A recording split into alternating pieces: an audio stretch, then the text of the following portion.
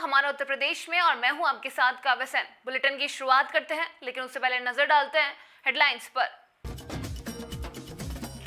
जहरीली शराब पीने से 6 लोगों की मौत के बाद से फरार ठेकेदार ने किया सरेंडर।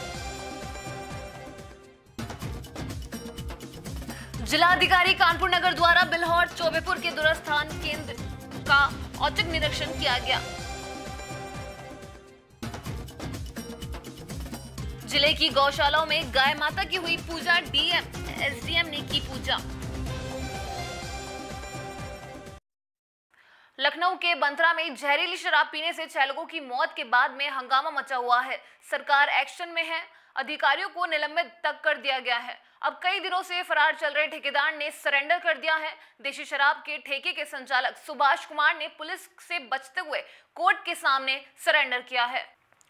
कोर्ट ने फिलहाल सुभाष को जेल भेज दिया है। 6 लोगों की मौत के बाद से बंतरा में 3 एफआईआर दर्ज करवाई गई है, जिसके बाद से संचालक फरार चल रहा था।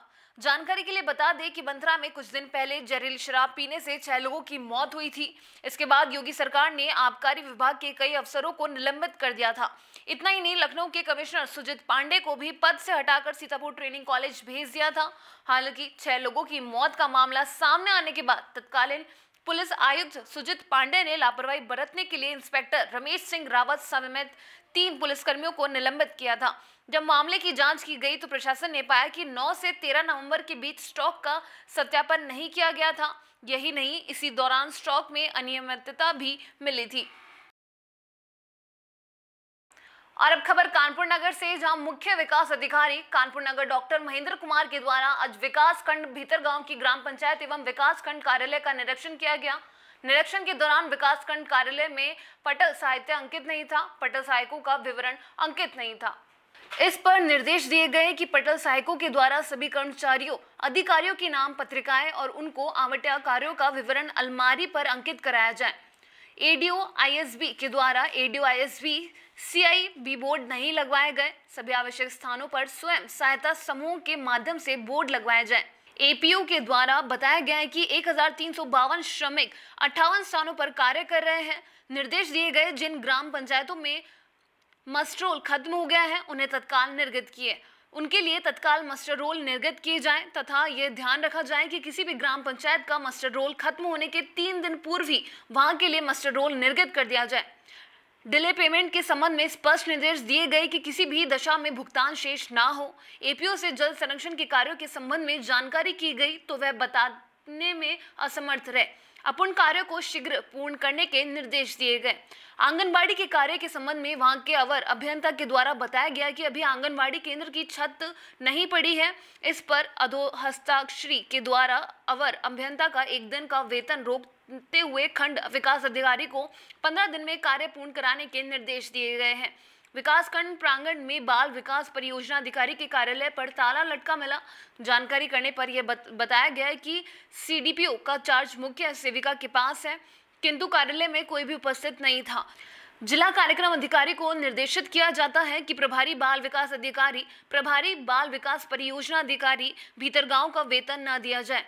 विकासखंड परिसर में स्थित पानी की टंकी का निरीक्षण किया गया। निरीक्षण के दौरान वहां पर श्री अभिषेक सक्सेना जो पानी के बिल का भुगतान करने के लिए आए हुए थे, टंकी का काम देख रहे ऑपरेटर के द्वारा बताया गया कि कुल 685 कनेक्शन हैं, जिनमें से रुपए 1 से 1.5 लाख की वसूली प्रतिवर्ष हो जाती है।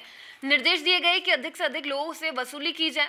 विकासखंड परिसर में स्थित सामुदायिक चिकित्सा केंद्र का भी निरीक्षण किया गया। निरीक्षण के दौरान डॉक्टर विनोद कुमार उपस्थित थे और सर्वप्रथम डॉक्टर प्रमिला स्त्री रोग विशेषज्ञ द्वारा वार्ता की गई। उनके द्वारा बताया गया कि एक दिन में 4 से 5 डिलीवरी करा लेते हैं। वार्ड का निरीक्षण किया। इन्फेक्शन को रोकने के लिए वार्ड में कोई व्यवस्था नहीं की गई। नवजात को कोई स्टरलाइट टॉवल नहीं दिया जा रहा है। जननी सुरक्षा योजना के लाभार्थियों अब तक की संख्या विषय में जानकारी करने पर डॉक्टर प्रमिला जवाब नहीं दे सकी।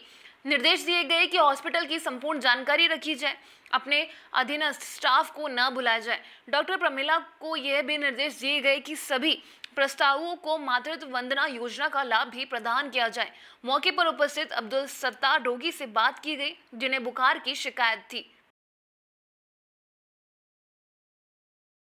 वहीं कानपुर में नगर द्वारा बिल्हौर चौबेपुर के दूरस्थ धान क्रय केंद्रों का औचक निरीक्षण किया गया।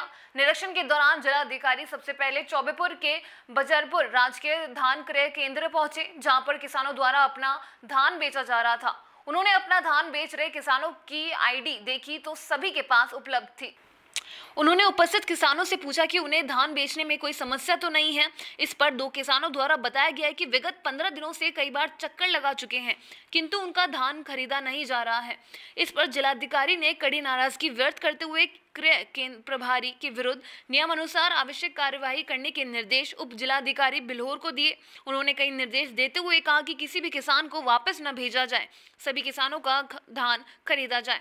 तत्पश्चात उन्होंने साधन सहकारी समिति गोगुमऊ, वादीपुरवा, चंपतपुर विकासखंड चौबेपुर के धान क्रय केंद्र का औचक निरीक्षण करने पहुंचे।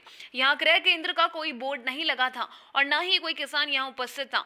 उन्होंने क्रय प्रभारी से जानकारी की अब तक किसान द्वारा धान बेचा गया। क्रय प्रभारी द्वारा अवगत कराया गया कि अब तक कुल 14 किसानों ने ही अपना धान बेचा है।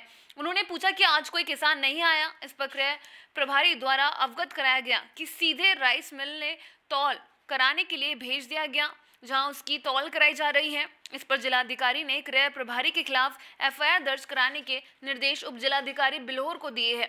इसके अतिरिक्त जिलाधिकारी द्वारा पूर्व में दिए गए निर्देशों के क्रम में धान क्रय केंद्रों में निगरानी हेतु लेखपालों की ड्यूटी लगाई है। लेखपाल द्वारा निगरानी करने में लापरवाही प्रकाश में आई, जिसके दृष्टिगत संबोधित लेखपाल को प्रतिकूल प्रविष्टि देने के भी निर्देश दिए। निरीक्षण के दौरान उप जिलाधिकारी बिल्हौर ने कॉल कर उन किसानों से बात की। किसान द्वारा अपना 37 क्विंटल धान बेचने के लिए क्रय प्रभारी गोगुमऊ द्वारा उनके धान का निर्धारित मूल्य 1868 में न खरीद कर 1700 में खरीदने की बात कही। शेष 168 रुपए क्रय प्रभारी द्वारा पहले ही लेने के लिए कहा गया, जिस पर क्रय प्रभारी के विरुद्ध नियमानुसार कठोर कार्रवाई करने के निर्देश जिलाधिकारी ने दिए। खबर गोरखपुर से। आकाशवाणी गोरखपुर केंद्र के श्रोताओं, कलाकारों और कर्मचारियों के लिए एक बेहद अच्छी खबर है। कई दिनों से बंद होने की चर्चा में गोरखपुर आकाशवाणी क्रय केंद्र की कोई भी मशीन अब बंद नहीं होगी। यह गोरखपुर का आकाशवाणी क्रय केंद्र है, जारी रहेगा। गोरखपुर के सांसद रवि किशन ने आकाशवाणी केंद्र की समस्याओं को गंभीरता से लेते हुए केंद्र सूचना एवं प्रसारण मंत्री प्रकाश जावड़ेकर से दिल्ली पहुंचकर मुलाकात की और यहां की समस्याओं से अवगत कराया है। सांसद की बातों को महत्व देते हुए उन्होंने गोरखपुर आकाशवाणी केंद्र की किसी भी मशीन के न बंद होने की बात कही है। सदर सांसद रवि किशन ने बताया कि आकाशवाणी केंद्र से जुड़े कलाकार और कर्मी इसके बंद होने की खबर से बेहद परेशान थे। इस मामले को गंभीरता से लेते हुए मैंने दिल्ली पहुंचकर केंद्र सूचना एवं प्रसारण मंत्री प्रकाश जावड़ेकर से मुलाकात की और यहां की समस्याओं से अवगत कराया है। उन्होंने सभी समस्याओं का निदान करते हुए कहा कि गोरखपुर आकाशवाणी केंद्र की कोई भी मशीनें बंद नहीं की जाएगी। किसी भी कलाकार और कर्मी के रोजगार पर संकट नहीं आएगा। विगत कुछ दिनों से गोरखपुर आकाशवाणी केंद्र के बंद होने की चर्चाएं जोरों पर थी। मामला जब सांसद रवि किशन तक पहुंचा तो उन्होंने इसका संज्ञान लेते हुए तत्काल गोरखपुर आकाशवाणी के संबंधित अधिकारियों से बात कर यहां की सभी समस्याओं को जाना है। इन समस्याओं के निस्तारण के लिए उन्होंने तुरंत प्रसार भारती के सीईओ से बात की और यहां की सभी समस्याओं से अवगत कराया है। बात करने के बाद सांसद ने बताया था कि न तो गोरखपुर आकाशवाणी केंद्र बंद हो रहा है और न ही किसी कलाकार या कर्मी की रोजी रोटी पर संकट आएगा।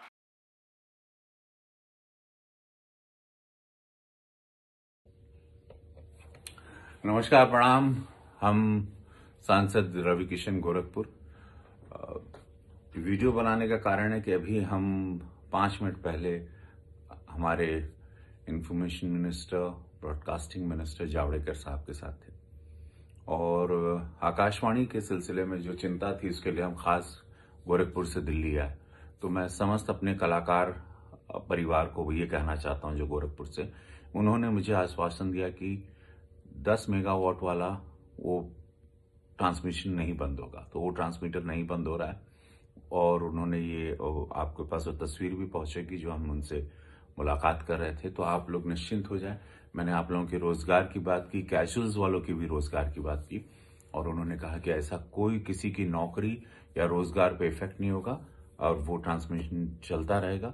10 मेगावाट वाला है। सो बस यही मैं कहना चाहता हूं, आप लोग निश्चिंत रहें। जय हिंद, हर हर महादेव। रिलैक्स रहें आप लोग और क्योंकि आप लोगों की चिंता, आपके रोजगार की चिंता मेरी चिंता है। ये आप लोगों को नहीं भूलना चाहिए कभी, और निश्चिंत हो जाइए आप लोग। धन्यवाद। खबर कन्नौज जिले से, जहां गौशाला में गाय माता की पूजा हुई है। डीएम एसडीएम ने इसकी पूजा की है। कन्नौज गाय माता हमारी संस्कृति एवं पूंजी है। इनको स्वास्थ्य एवं संरक्षित करना हमारा कर्तव्य है। गौशाला के पशुओं को चिकित्सा सुविधा उपलब्ध कराई जाए। भूसा एवं हरा चारा हेतु आवश्यक प्रबंध पूर्व से ही सुनिश्चित करें।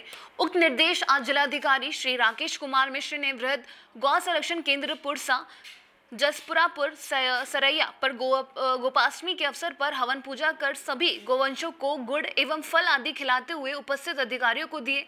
उन्होंने वृहद गौ संरक्षण केंद्र पर मौजूद कुल 173 गौवंशों के स्वास्थ्य को देख, जिसमें 3 गौवंशों के आंख में गंदगी मिलने पर तत्काल मुख्य पशु चिकित्सा अधिकारी को चिकित्सा सुविधा उपलब्ध कराए जाने के निर्देश दिए हैं। उन्होंने गोपाष्टमी के अवसर पर गौशाला में हवन पूजन कर सभी गौवंशों को गुड़ फल आदि खिलाए एवं अधिकारियों को वृहद गौ संरक्षण केंद्र पर बची हुई जगह पर गौशाला की पृथक से आमदनी हेतु तालाब खोद कर मत्स्य पालन करने एवं वर्मी कंपोस्ट पिट खुदवाने के निर्देश दिए हैं। उन्होंने कहा कि ये लर्या 15 दिनों में पूर्ण करें एवं साथ ही साथ जनपद की सभी गौशाला में उनके पुनरुत्थान हेतु वर्मी कंपोस्टन एवं तालाब आदि खोदे जाने के निर्देश दिए। उन्होंने अधिकारियों को निर्देश दिए कि सभी अधिकारी कम से कम 2 गौशालाओं को गोद लेते हुए उनके उत्थान हेतु सकारात्मक सोच से कार्य सुनिश्चित करें। गोपाष्टमी के पावन अवसर पर पुलिस अधीक्षक श्री अमेंद्र प्रसाद सिंह, मुख्य विकास अधिकारी श्री RN सिंह, मुख्य पशु चिकित्सा अधिकारी डॉक्टर अनिल कुमार सिंह एवं खंड विकास अधिकारी श्री JN राव ने भी पूजन कर गौवंशों को फल आदि खिलाया। मौके पर संबंधित ग्राम विकास अधिकारी व अन्य ग्रामवासी उपस्थित रहे, जिनके द्वारा भी गौवंशों को फल आदि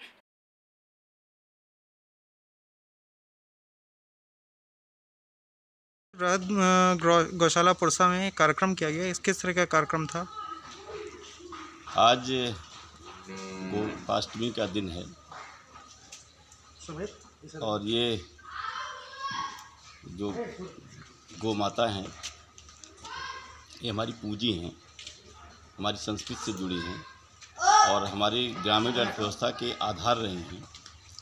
तो आज के दिन इनकी पूजा की जाती है और इनको यथासंभव गुड़ फल जो भी चीज़ें लड्डू खिलाए जाते हैं।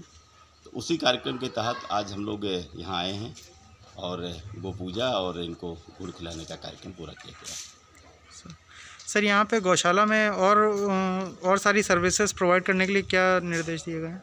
यहाँ गौशाला में क्योंकि हमारे पास ज़मीन उपलब्ध है और गौशाला के अगर अपने संसाधन से कुछ इनकम नहीं बढ़ेगी तो इसको सर्वाइव करना थोड़ा कठिन होता है। तो ऐसी स्थिति में हमने यहाँ ये कहा कि एक तो वर्मी कंपोस्ट के गड्ढे बनवाए जाएं और इतने गायें यहाँ हैं तो इनसे जो गोबर होता है अगर हम वर्मी कंपोस्ट बनाएंगे तो निश्चित रूप से उससे हमें अच्छी इनकम होगी। इसके अलावा एक तालाब खुदवाने की बात हमने कही है कि ये तालाब खुदवा दें तो यहाँ एक मत्स्य पालन का भी कार्यक्रम होता रहेगा, तो उससे भी हमारा एक इनकम का स्रोत जनरेट हो जाएगा। और रेस्ट इस गौशाला में बाउंड्री नहीं है तो वो हमने निर्देश दिया है और अगले 15 दिन में हमारी बाउंड्री तालाब का एक कार्यक्रम और वर्मी कंपोस्ट का कार्यक्रम यहाँ पूरा हो जाएगा। और फिलहाल हमारा उत्तर प्रदेश में बस इतना ही। आप देखते रहिए DP के न्यूज़। नमस्कार।